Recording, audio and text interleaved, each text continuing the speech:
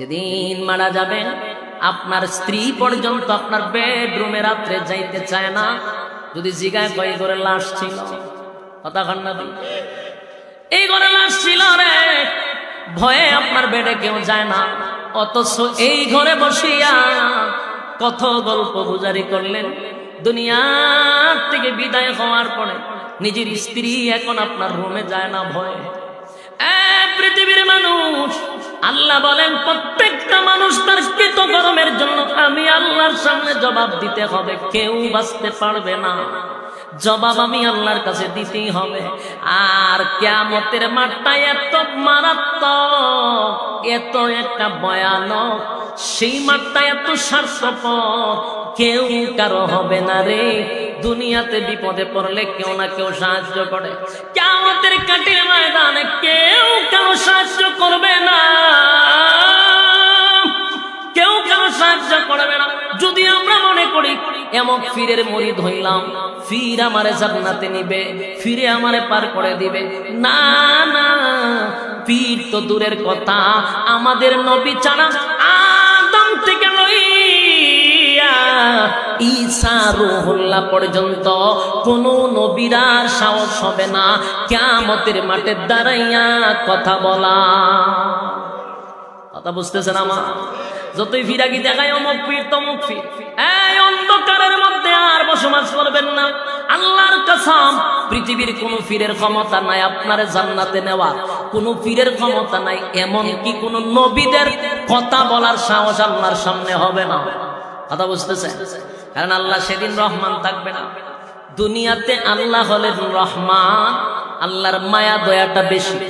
নাস্তিকের জন্য মায়া, আস্তিকের জন্য আল্লাহর মায়া। আল্লাহর পক্ষে কথা বললো আল্লাহ মায়া করে, আল্লাহর বিরুদ্ধেও যদি দুনিয়াতে কথা বলেন আমার আল্লাহ কিন্তু আপনারা মায়া করে, মহব্বত করে। কথা কয় না? কোন নাস্তিক যদি আমার মালিকরে সকালে গালি দেয় গো, দেখবেন বিকাল বেলা আমার আল্লাহ তার জন্য খানা রেডি রাখে।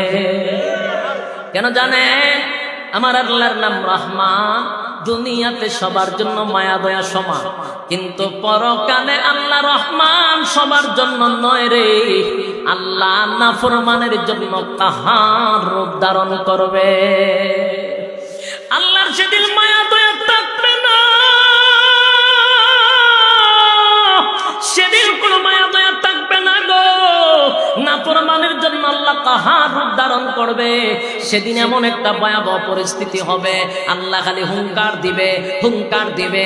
আদম নবী থেকে লইয়া ঈসা রূহুল্লাহ পর্যন্ত সবাই যদি নিজের চিন্তা করবে আমার কি উপায় হবে, আমার কি উপায় হবে। আল্লাহ যে রাগান্বিত, আল্লাহর যে গুসা, আজকে দাঁড়াইয়া কথা বলার সাহস কারো নাই। আল্লাহ খালি হুঙ্কার দিবে, লিমানিল মুলকুল ইয়াউম লিল্লাহিল ওয়াহিদিল কাহার। পৃথিবীর রাজা বাদশাহ বেড়াগিরি কম কনস নাই। আজকে কেউ আসুক না, একটু দাঁড়ায় কথা বল। নমরুদ্দা, ফেরাউদ্দা, সাজ্জাদা, এরকম বড় বড় লিডার গুলি দাঁড়াইবার সাহস তো দূরের কথা, কোন নবী রাসূলগণ আল্লাহর সামনে দাঁড়াইয়া কথা বলার সাহস নাই রে। আর তোমার ফিরে বুঝি তোমার জান্নাত নিব? কথা কয় না? হায় রে দুনিয়ার মানুষ, হায় রে অন্ধকারের ভিতরে মানুষগুলো এখনো আছে শুধু ফিরের দোয়াই দিয়া চলে। আল্লাহ নিজে কোরআনে বলেন, কোরআনে আল্লাহ নিজেই বলছেন, ইয়াউমা ইয়াফিরুল মারউ মিন আখিহি ওয়া উম্মিহি ওয়া আবিহি ওয়া সাহিবাতিহি ওয়া বানিহি। কিয়ামতের কঠিন ময়দানে রব্বে কারীম বলেন, মা তার সন্তানকে চিনবে না, সন্তান মার পরিচয় দিবে না, বাবা তার সন্তানের পরিচয় দিবে না, স্ত্রী তার স্বামীর পরিচয় দিবে না, স্বামী তার স্ত্রীর পরিচয় দিবে না। যেখানে মা তার সন্তানকে চিনে না সেখানে ফিরে হইব জান্নাত নিব। কথা হয় না? ফিরে তো খালি জুড়ে জুড়ে শিক্ষার দিব, যেই পরিমাণ গরু খাইছি আল্লাহ খাইছি, যেই পরিমাণ বকরি খাইছি, ছাগল খাইছি, জবাব কেমনে দিব? কথা হয় না? যেই পরিমাণ গরু ছাগল খাইছি, গুরু বড় বড় উরুস কইরা 10টা 15টা খালি গুরু খালি জমা হয়েছে, 100টা গুরু জমা হয়, এটির জবাব দিতে পারবো? কথা কই না? এই জন্য এই বোকার মধ্যে কেউ পড়বেন না, এই দোকাত কেউ পড়বেন না। আল্লাহ রাব্বুল আলামিন বলেন হাশরের মাঠে রব্বে কারীম নাফরমানদের জন্য কাহ্হার, আর মুমিনের জন্য আমার আল্লাহ হবেন রহিম। সুবহানাল্লাহ। তাহলে জবাব দিতে হবে, ঠিক কিনা বলেন? আল্লাহর সামনে হিসাব না দিয়া কেউ বাঁচতে পারবে? কথা কই না? হিসাব না দিয়ে বাঁচার কোনো সুযোগ নাই। পাই করে হিসাব দেওয়া লাগে। কথা বুঝতেছেন? ভাই করে হিসাব দিতে হবে। মানুষের মধ্যে এমন একটা পরিস্থিতি হবে, তিনটা সময় হবে হাসরের মাঠে সবচেয়ে বেশি ভয়ানক। এর মধ্যে একটা হলো রেজাল্ট নেওয়ার সময়। রেজাল্ট বুঝেননি? ওই যে দুনিয়া নামক পরীক্ষা। দুনিয়াটা কি? পরীক্ষার হল। ইয়াদ আছে? দুনিয়া হলো পরীক্ষার হল। পরীক্ষা তো দুনিয়ায় দিলেন, আর রেজাল্টটা দেওয়া হবে হাসরের মাঠে। পাস করলেন না ফেল করলেন, হাসরের মাঠে দেওয়া হবে রে। সেদিন আল্লাহ রাব্বুল আলামিন বলেন হাসরের মাঠে রেজাল্ট দেওয়া হবে ডান অথবা বাম। ডান হাতে যারা পাবে আনন্দের সীমা নাই, বাম হাতে যারা পাবে দুঃখের সীমা থাকবে না। মনোযোগ দিয়ে শুনে, একটা কথাও আমি কোরআনের বাইরে বলবো না। মনোযোগ দিয়ে শুনতে। গিচ্ছা কাহিনী বিভিন্ন বুজুর্গদের গল্প আমি কোনো সময় বলি না, এই জন্য মনোযোগ দিয়ে শুনবে। আল্লাহ আমার তেলাওয়াতকৃত আয়াতে বলেন ওয়ালাকাদ যারানা লিজাহান্নামা কাসীরাম মিনাল জিন্নি ওয়াল ইনস। আল্লাহ কয় বহু মানুষ এবং বহু জিনকে আমি আগুন দিয়ে জ্বালাবো এবং পোড়াবো। এখন আপনাদের প্রশ্ন হইতে পারে হুজুর আল্লাহ কি আসলে আমরা জ্বালাইবার লাগে ফুরাইবার লাগে বানাইছে? বলেন ফুরাইবার লাগে বানাইছে? আপনারা কি ধারণা আল্লাহ আমরা বানাইছে কি আগুনে ফুরবার লাগে? আল্লাহ যে কইতেছে বহু মানুষ এবং জিনকে আগুন দিয়ে জ্বালাবো পোড়াবো, এই কথা কেন বললেন? এটার কারণটা কি? এটা বোঝার জন্য একটু সামনে আসুন। মূলত আমাদেরকে আল্লাহ জ্বালানোর জন্য পোড়ানোর জন্য বানায় নাই। পৃথিবীতে যত মানুষ আসছে এবং আসবে সবার জন্য আল্লাহ এক একটা করে জান্নাত বানাইছে। ফেরাউনের নাম তো শুনছে, হের লাগে আল্লাহ জান্নাত বানাইছে। আবু জাহেল, তার জন্য আল্লাহ জান্নাত বানাইছে। আশ্চর্য লাগতেছে আপনারা? ফেরাউন খোদা দাবি করছে, এরপর আল্লাহ এর জন্য জান্নাত বানাইছে। আবু লাহাব, আবু জাহেল, তাদের জন্য জান্নাত বানাইছি। নমরুদ, সাজ্জাদ, এদের জন্য জান্নাত বানাইছি। কিন্তু এরা কি জান্নাতে যাইব? যাবে না। কিন্তু তাদের জন্য আল্লাহ জান্নাত বানাইছি, কিন্তু তারা যাবে না কেন? তাদের কৃতকর্মের কারণে। আল্লাহ নাম দিছি, সবার নামে আমি একটা ঘর বানাইছি, কিন্তু তুমি যেতে যদি না পারো এটা তোমার কারণে। এখানে আমি আল্লাহর কোনো দোষ নাই। মনে করেন একটা এক্সাম্পল দিই, আমারে সরকারের পক্ষ থেকে একটা বাড়ি দিছে গুলশান, আমার নামে, বলে এটা তোমাকে দিছি। এখন আমার কিছু কাজ আছে, আমার কাগজপত্র নিয়ে দৌড়াদৌড়ি করতে হবে, এটা আমার নামে লেখাইতে হবে, ঠিক কিনা? যে কাজগুলো রয়েছে আমি এগুলোর জন্য তো দৌড়াদৌড়ি করতে হবে। মানে আমার ফোন দেবে যে ভাই বাড়ি আপনার, আপনার কাগজপত্র গুলো ঠিকঠাক করে। আমি ঘুমায় হইতেছি, আপনারা ঠিক করে না, আমার সময় নাই, বাড়ি আমার দিবা। তোর মতো অলসের জন্য বাড়ির দরকার নেই। তাহলে আল্লাহ জান্নাত তোর নামে দিছি, এটা তোর কাছে নিতে গেলে আমার কিছু নিয়ম কারণ আছে, এগুলা তুই যদি করতে পারস জান্নাত তোর। কথা বুঝেন নাই? তো ফেরাউন আল্লাহ জান্নাত দিছে, নমরুদদারও দিছে, আবু জাহিলারও দিছে, কিন্তু তারা এই কাজগুলা করে নাই, এই জন্য নিজের জান্নাত নিজে হারাইছে। আমরা যারা এখানে বসছি, যারা বসি নাই, সবার জন্য আল্লাহ জান্নাত বানাইছে। কিন্তু আপনার ধারণা হলো জান্নাত তো আমারই আল্লাহ দিবে, কিন্তু আমার কিছু কাজ তো আছে।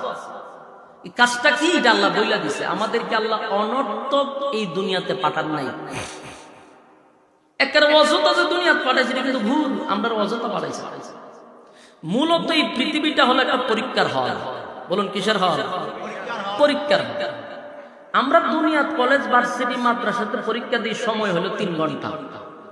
জান্নাতের তুলনায় এই দুনিয়ার সময়টা 60 বছর, এটাও 2 থেকে 2.5 ঘন্টা। বুঝেন নাই আমার কথা? সময় কিন্তু সমান। দুনিয়ার পরীক্ষা তো 3 ঘন্টা, আমরা পাঠাইছে দুনিয়া নামক পরীক্ষার হলে আমাদের জিন্দিগির সময়টা জান্নাতের তুলনায় 2 থেকে 3 ঘন্টা। পরীক্ষার সমান সময়। এই অল্প সময়ের ভিতরে পরীক্ষায় যদি পাশ করতে পারো, কমপক্ষে নিম্ন স্থলে কোন রকম পাশ করলেও এই পৃথিবীর 10টা পৃথিবীর সমান জান্নাত দেওয়া হবে। কোন রকম রেজাল্ট করতে পারবে, এর 10 কমপক্ষে 10টা পৃথিবীর সমান জান্নাত। আপনারা যদি প্রশ্ন করেন বলে হুজুর এত জায়গা আল্লাহ পাইব, ঠিক না? এটা এক সময় ছিল, কিন্তু এখন বিজ্ঞান পর্যন্ত স্বীকার করতে বাধ্য, এর থেকে বেশি জায়গা হইতে পারে। বিজ্ঞান বলে এক একজন মানুষের পিছনে যদি 100টা দুনিয়ার সমানও দেয় তারপরে জায়গা থাকবে। বিজ্ঞান বিশ্বাস করে এখন। কেন? এই সূর্য যে আপনারা দেখেন, দেখতে একটা বোলের মতো দেখা যায়, ঠিক না? সূর্যটা কত বড় জানেন? এই পৃথিবীর থেকে 13 লক্ষ গুণ বড় সূর্য। কত বড়? 13 লক্ষ গুণ বড় সূর্যটা। সূর্যের উপরে আমরা দেখি তারকা রাত্রের বেলা ছোট ছোট দেখা যায় না? এক একটা তারকা সূর্যের থেকে আরো বড়।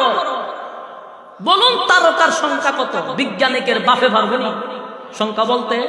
রাসূল নিজেও বলতে পারে না, যে আল্লাহ ছাড়া ভালো জানে, আল্লাহ ছাড়া কেউ জানে না। তাহলে কি পরিমাণ তারকা আছে? এক একটা তারকা যদি সূর্যের থেকে বড় হয়, সূর্য যদি পৃথিবীর থেকে 13 লক্ষ গুণ বড় হয়, আপনারা তো কইছে আল্লাহ পৃথিবীর 10টা পৃথিবীর সমান জান্নাত দিবে মাত্র হয়। এই জন্য প্রত্যেকটা মানুষকে যদি আল্লাহ 1 লক্ষ পৃথিবীর সমান জান্নাত দেয় তাও জায়গা থাকবে। কথা বুঝতেছেন? বিজ্ঞান বিশ্বাস করে এখন। আজ থেকে 30 বছর আগে বিশ্বাস করতো না, এখন বিশ্বাস করে। কোরআনের প্রত্যেকটা কথার কাছে বিজ্ঞান মাথা নত করে। সম্মানিত শ্রোতা, আসুন, নিম্ন স্থলের জান্নাতীরে 10টা পৃথিবীর সমান জান্নাত দিবে আল্লাহ, যদি রেজাল্ট ভালো হয়। তাহলে বোঝা গেল আমরা পাঠাইছে কিসের জন্য? পরীক্ষা। অনর্থক পাঠায় নাই, অকারণে না। আল্লাহ কোরআনে নিজে বলছেন, আফাহাসিবতুম আন্নামা খালাকনাকুম আবাসান ওয়া আন্নাকুম ইলাইনা লা তুরজাউন। আল্লাহ রাব্বুল আলামিন বলেন, বান্দারে আমি তোদেরকে অনর্থক বানাই নাই, অকারণে বানাই নাই, নিষ্প্রয়োজনে বানাই নাই। আবার শব্দ দিয়ে আল্লাহ বলেন কখনো না। অনর্থক বানাই নাই, নিষ্প্রয়োজনে বানাই নাই।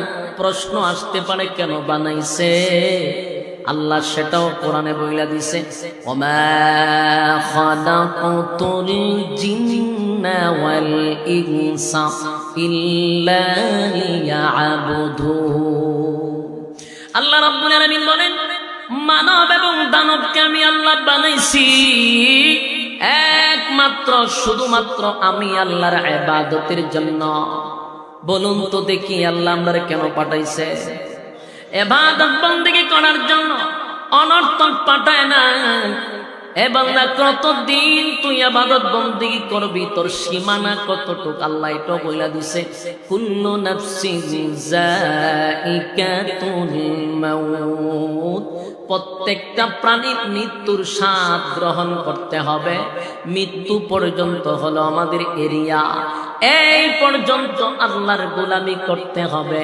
আল্লাহ ছাড়া কারো গোলামি জমিনে চলবে না। অনর্থক আমাদেরকে বানায় নাই রে, নিষ্প্রয়োজনে বানায় নাই, অনর্থক বানায় নাই, একমাত্র শুধুমাত্র আল্লাহর গোলামির জন্য বানাইছে। আল্লাহ বলে, বান্দারে গোলামি যদি করস, আমি আল্লাহর পক্ষ থেকে তোর জন্য সুসংবাদ, সুসংবাদ, নিম্ন স্থলের জান্নাতীরে 10টা পৃথিবীর সমান জান্নাত দিব। এ বান্দা, এত সম্মান আমি আল্লাহ দিব, শুধু জান্নাতি দিব এমনটা নয়। তোরে দুনিয়াত পাঠানোর পরও আমি সম্মান দিয়ে পাঠাইছি, তোরে কম সম্মান দেই নাই। আমি আল্লাহর গোটা সৃষ্টি জগতের মধ্যে মানুষের চেয়ে সম্মান আর কোন প্রাণীকে দেই নাই, কোন মাখলুকাতকে দেই নাই। সুবহান। আমরা শুধু বলি ফেরেশতার মতো ভালো, এরকম আমরা একটা এক্সাম্পল দেই। লোকটা ফেরেশতার মতো, লোকটা ফেরেশতার মতো ভালো। এ ফেরেশতারা, ফেরেশতারা সৃষ্টির শ্রেষ্ঠ নয়। অথচ আমরা কিতাবে পাইছি ফেরেশতারা গুনার স্বাদ বুঝে না, গুনাহ কি জিনিস জানে না, গুনার মজা বুঝে না। এরপর আল্লাহ বলেন ফেরেশতাদের চেয়েও মানুষের সম্মান বেশি। আল্লাহ শুধু এখানেই শেষ না, বলেন সমস্ত মাখলুকাতের চেয়ে সুন্দরের দিক দিয়েও মানুষ সুন্দর বেশি। আমরা অনেক সময় বলি ফেরেশতার মতো সুন্দর, কথা বলি না? কথা হয় না? ওই লোকটা তো ফেরেশতার মতো সুন্দর। আরে বেটা, আমরা কই ফেরেশতার মতো সুন্দর? ফেরেশতা সুন্দর হইলে আমার আল্লাহ কোরআনে বলতো, আমার আল্লাহ বলেন মানুষের চেয়ে সুন্দর আমি আল্লাহ কোনো মাখলুক বানাই না। মানুষ সবচেয়ে সুন্দর। আরে যুবক ভাই, মানুষকে আল্লাহ সুন্দর করে বানাইছে, সময় নিয়ে বানাইছে। এই আসমান আর জমিন আল্লাহ সময় নিয়ে বানাইছে না। আসমান আর জমিন গোটা সৃষ্টি জগৎ আল্লাহ বানাইছে, আল্লাহর কোনো মিস্ত্রি লাগে নাই। আল্লাহ বলেন বানাইতে গিয়ে আমার হাতটা পর্যন্ত লাগাই নাই, শুধু হুকুম দিয়া সব কমপ্লিট করছি। আল্লাহ কোরআনে বলেন ইন্নামা আমরুহু ইযা আরাদা শাইআন আন ইয়াকুনা লাহু কুন ফায়াকুন। রব্বে কারীম বলেন, আমি শুধু বলছি হয়ে গেছে। আপনারা এলাকাতে সুবহানাল্লাহ চিনি? আল্লাহ বলেন আমি বলছি হয়ে গেছে, আমার হুকুম দিতে দেরি হইতে দেরি নাই রে। কোন বলছি তো ফায়াকুন হয়ে গেছে। আমি আল্লাহ হাতটা পর্যন্ত লাগাই নাই, কিন্তু মানুষ তোরে বানাইতে গিয়ে আমি আল্লাহ হাত লাগাইছি। আমি আল্লাহ তোরে বানাইতে গিয়ে সময় লাগাইছি, প্রায় 300 দিন সময় লাগাইয়া তোরে বানাইছি। 10 মাস 10 দিনে বানাইছি। বান্দারে সময় লাগাইয়া বানাইছি, আমার কুদরতি হাত দিয়া বানাইছি, শ্রেষ্ঠত্ব দান করছি। সবার উপরে তোর সম্মান। ওয়ালাকাদ কাররামনা বনি আদম, আদম জাতিকে তো সম্মান আর মর্যাদা দিছি। এ যুবক ভাই, কানি শেষ নয়। আল্লাহ বলেন সবচেয়ে সুন্দর কইরা বানাইছি। আমরা যখন চিড়িয়াখানার ভিতরে ঢুকি, হরিণ দেখলে ওই হরিণটা সুন্দর, ময়না পাখি দেখলে বলি ময়না পাখি সুন্দর, খরগোশ দেখলে কই সুন্দর।